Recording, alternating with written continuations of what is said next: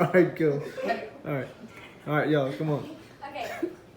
It is known that many women can go their entire lives without developing such a heart-wrenching disease such as ovarian cancer. However, a tremendous toll is taken on the lives of the women that it affects. Ovarian cancer can be defined as a cancer of the ovaries that usually begins in the fallopian tubes.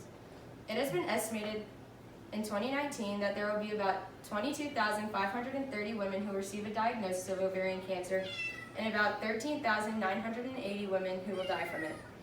Although I have no personal connection to or experience with ovarian cancer, cancer in general has been a major factor in the lives of my closest family members.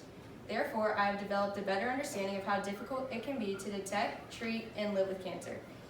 Ovarian cancer, along with any other cancer, is a disease that is quite complex and taxing on the lives of those who are diagnosed with it. During this speech, I will be discussing the following topics: the types of ovarian cancer, the risk factors, signs and symptoms, and the treatment options. According to the Seattle Cancer Care Alliance, there are over 30 types of ovarian cancer that are further classified into 3 main groups depending on where the disease originated. In ovarian cancer by Mayo Clinic, it states that about 90% of ovarian cancers are epithelial tumors. Being the most common, an epithelial tumor of ovarian cancer is born on a thin layer of tissue at the surface of the ovaries. As opposed to epithelial tumors, germ cell tumors are quite rare, being they only account for a mere 5% of all ovarian cancers. They begin in the egg-producing cell itself.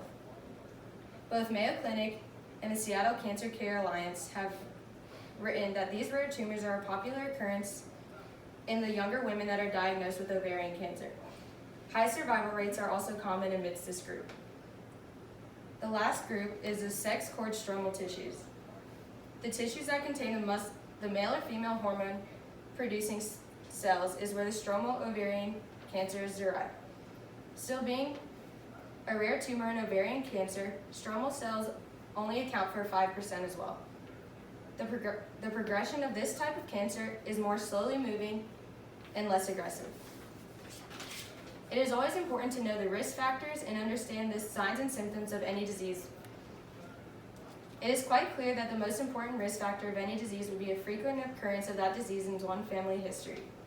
Both a family history of ovarian cancer and a family history of breast cancer can be risk factors for developing ovarian cancer.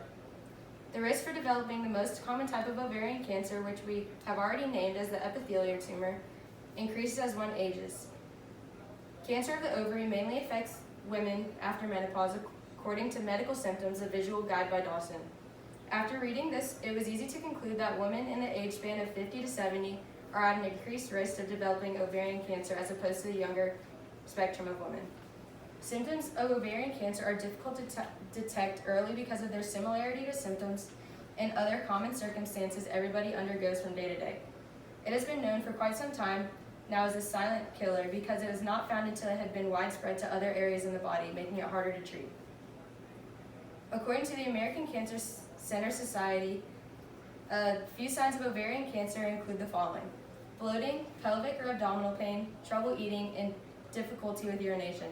Many of these are quite like those symptoms of a woman's menstrual period, so it is quite apparent of why it can be so difficult to detect early on. Fatigue, back pain, constipation, weight loss, and pain during sex are more symptoms that should be looked for when looking to see if one might be developing ovarian cancer. Dr. Goff recommends if the symptoms persist for up to 3 weeks, one should seek medical attention immediately.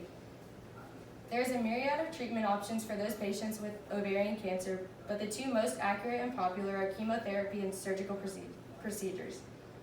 According to the Mayo Clinic Family Health Book, treatment options in the area of ovarian cancer usually consist of a combination of chemotherapy and surgical procedures. It is often that the cancer has progressed too far to completely cure a patient with ovarian cancer in the most ideal way. However, when this problem surfaces, another option arises. The surgical procedure would include going inside the ovaries and cutting out the tumor or tumors. This stands as the most effective treatment option because it prevents the spread of cancer throughout the body. In some cases where the cancer has progressed too far to be able to remove the tumors and still have good and functioning ovaries, it is a possibility to completely remove one or both of the ovaries. After the removal of ovarian tumors, chemotherapy is often used to prohibit any remaining bit of cancer cells that were left behind from growing and spreading and to prevent any new growths from forming on the ovaries. Chemo is often used before surgery to diminish the amount of cancer cells that are present before the surgery occurs. Most of the time, this will lead to less cutting once one has been opened and less harsh effects the surgery leaves on the body. Because it is common for a surgeon to miss some of the tumors or is incapable of removing the whole tumor, the use of chemo after surgery is used to remove the remainder of cancer cells or the tumor that's still occupying the ovaries. Now that I've gone over the treatment options for ovarian cancer, I'm going to recap what has been discussed in the earlier segments of my speech. Ovarian cancer, along with any other cancer that exists, is a disease that's quite complex and taxing on the lives of those who are diagnosed with it. Many people undergo the harsh effects of this from day to day. I've discussed the many aspects of this disease, including the types, the risk factors, the signs and symptoms, and the various treatment options that medicine has to offer. Ovarian cancer is a serious disease with symptoms that all women need to be aware of and should never be left untreated once detected.